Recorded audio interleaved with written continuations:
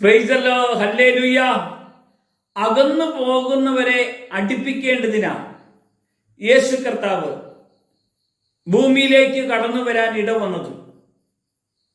യേശു കർത്താവ് ഭൂമിയിലേക്ക് വന്നപ്പോ ചുങ്കക്കാരനായ മനുഷ്യൻ സത്യസന്ധതയില്ലാതെ ചുങ്കം പിരിച്ചപ്പോ അവന് മനസ്സിലൊരു തോന്നല്, യേശു കർത്താവ് വരുന്നുണ്ടല്ലോ, എനിക്കും അവനെ ഒന്ന് കാണണമല്ലോ എന്ന് ആഗ്രഹിച്ച് ഒരു മരത്തിന്റെ മുകളിൽ കയറിയിരുന്നു. ആഗ്രഹത്തോടെ കയറിയപ്പോൾ തന്നെ യേശു മരത്തിന്റെ ചുവട്ടിലെത്തി.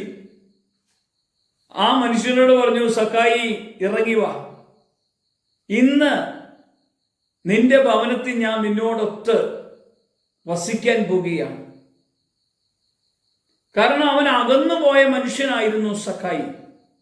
ഈ ഒരു വാക്ക് കേട്ടപ്പോ അവന് മനസ്സിലായി, എന്നെയും സ്നേഹിക്കുന്ന ഒരു ദൈവമാണല്ലോ കർത്താവ്. ഞാൻ ഇത്രയൊക്കെ തെറ്റ് ചെയ്തിട്ടും ഇത്രയൊക്കെ പാപം ചെയ്തിട്ടും മറ്റുള്ളവരെ ഞാൻ പറഞ്ഞതിൽ കൂടുതൽ ചുങ്കം പിരിച്ചും കടന്നുപോയിട്ടും അർഹതയില്ലാത്ത സ്വത്തുക്കളെല്ലാം സമ്പാദിച്ചിട്ട് പോലും എൻ്റെ കർത്താവ് എൻ്റെ അടുക്കൽ കടന്നു വന്നിട്ട് എന്നോട് പറയുകയാണ്, ഇന്ന് ഞാൻ നിന്റെ ഭവനത്തിലേക്ക് വരാൻ പോവുകയാണ്. അപ്പോൾ സഖായി പറയുകയാണ്, കർത്താവേ, ഞാൻ പിടിച്ചു പറിച്ച് മേടിച്ചതിൻ്റെയൊക്കെ 4 ഇരട്ടിയും എൻ്റെ സ്വത്തിൻ്റെ പകുതിയും ഞാൻ ദാനം ചെയ്യുകയാണ്. അപ്പോൾ കർത്താവ് പറയാണ്, ഇന്ന് ഈ ഭവനത്തിന് രക്ഷ കൈവന്നിരിക്കുന്നു. ഇവനും നഷ്ടപ്പെട്ടവനായിരുന്നു, ഇതാ അവനെ ഞാൻ വീണ്ടെടുത്തിരിക്കുന്നു. പ്രിയമുള്ളവരെ, ഇതുപോലെ വീണ്ടെടുക്കുന്ന ഒരാളാണ് നമ്മുടെ കർത്താവ്. അകന്നിരിക്കുന്നവരെ അവരുടെ അടുക്കലേക്ക് കടന്നു ചെന്ന് അടുപ്പിക്കുന്ന ഒരു ദൈവമാണ് നമ്മുടെ കർത്താവ്.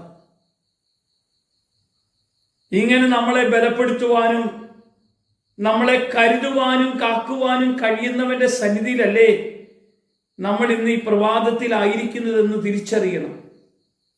യേശു കർത്താവ് നമ്മളോട് പറയുകയാണ്, നീ അകന്നു പോകരുതേ. എങ്ങനെയാ നമ്മൾ യേശു ക്രിസ്തുവിൽ നിന്ന് അകന്നു പോകാൻ ഇടവരുന്നത്? പാപം ചെയ്യുമ്പോൾ. ആദവും ഹവ്വായും ഏദൻ തോട്ടത്തിൽ ദൈവത്തോട് കൂടെ ആയിരുന്നപ്പോ അവർ ദൈവത്തോട് അടുത്തായിരുന്നു.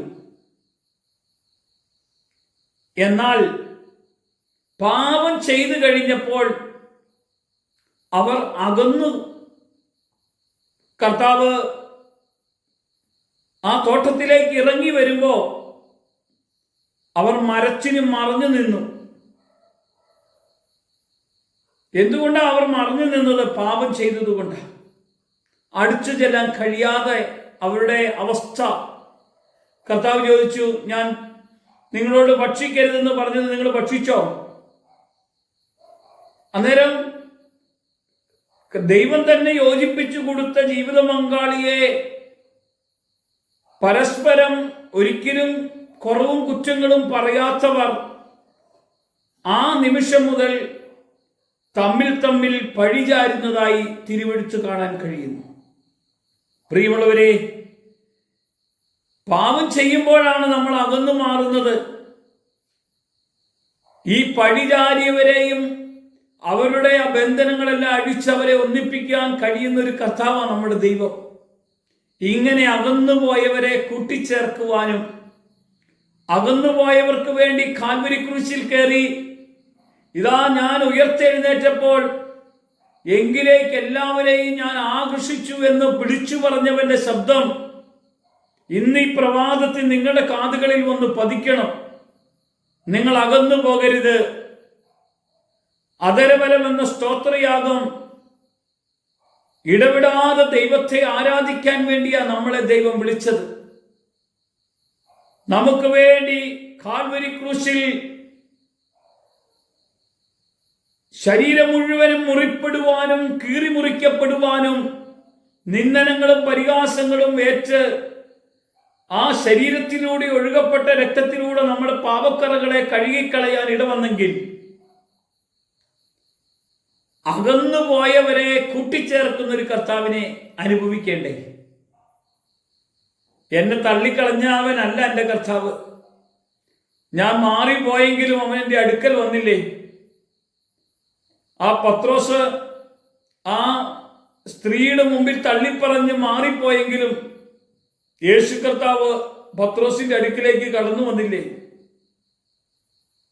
കുഞ്ഞുങ്ങളെ എന്ന് വിളിച്ചില്ലേ?